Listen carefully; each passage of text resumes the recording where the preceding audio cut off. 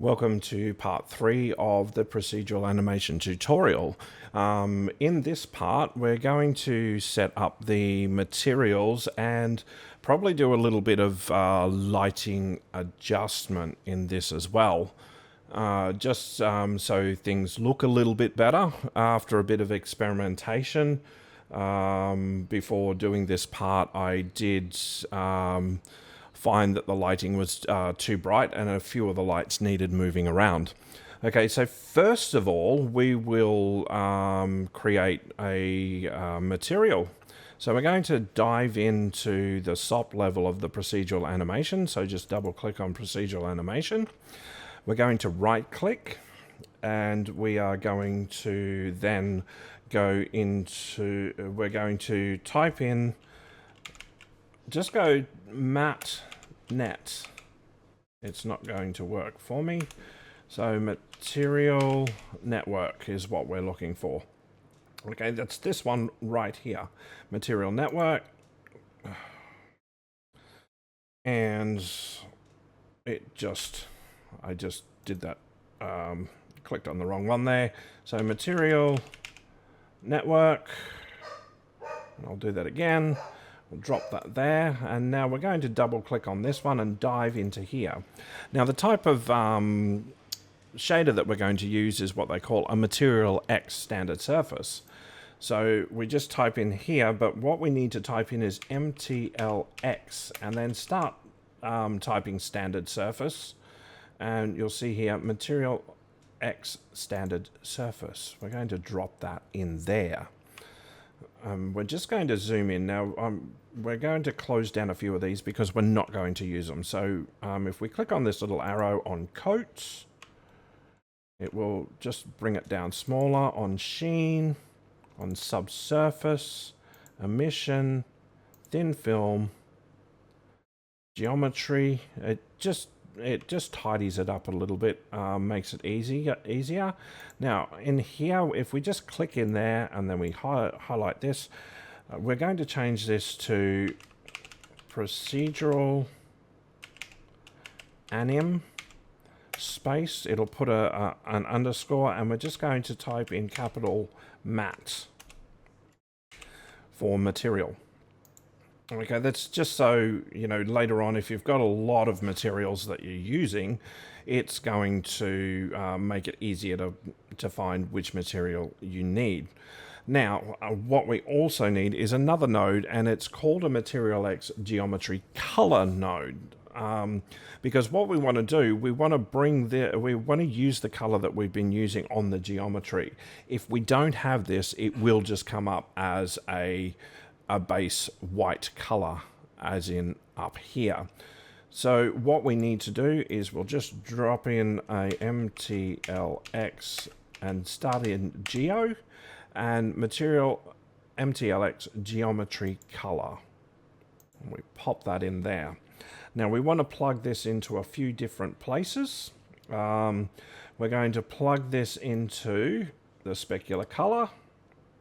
We're also going to go transmission color and transmission scatter. So those in there, that will then transfer the color onto these.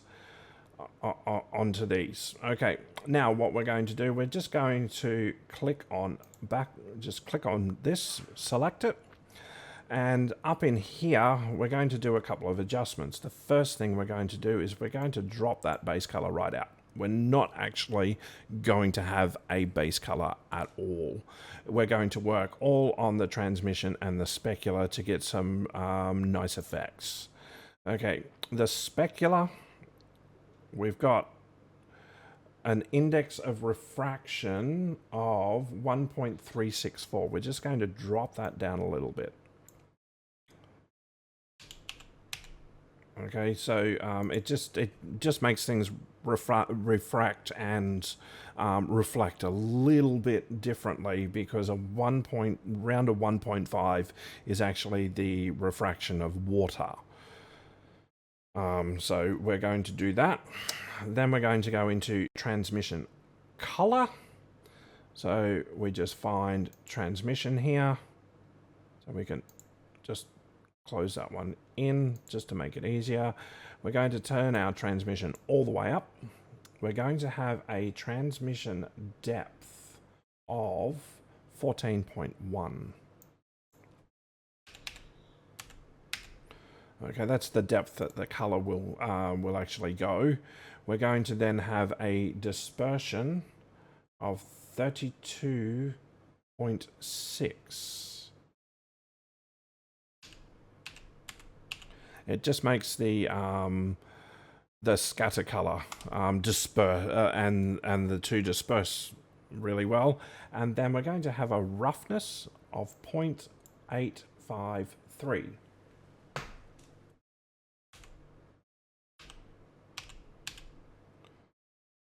Enter.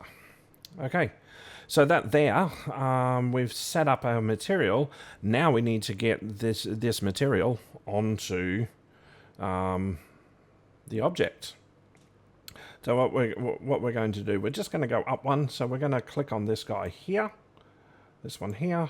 We're just going to quick click, and it's going to bring up the procedural animation. We need to add a material node.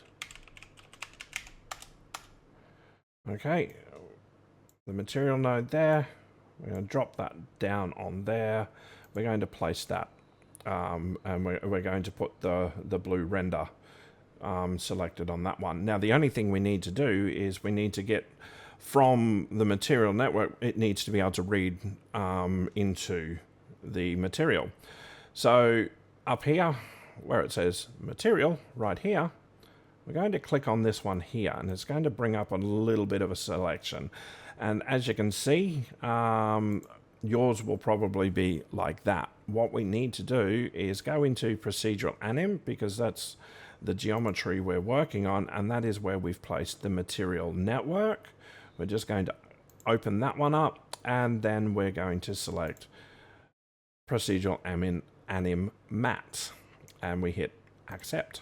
Okay, and as you can see, that's now gone into. That there is very simply how the materials are applied. You can play around with things and try and get different sorts of things, you know, through render testing, which is something we will cover in the next part of the tutorial. And so this brings us to the end of the material tutorial.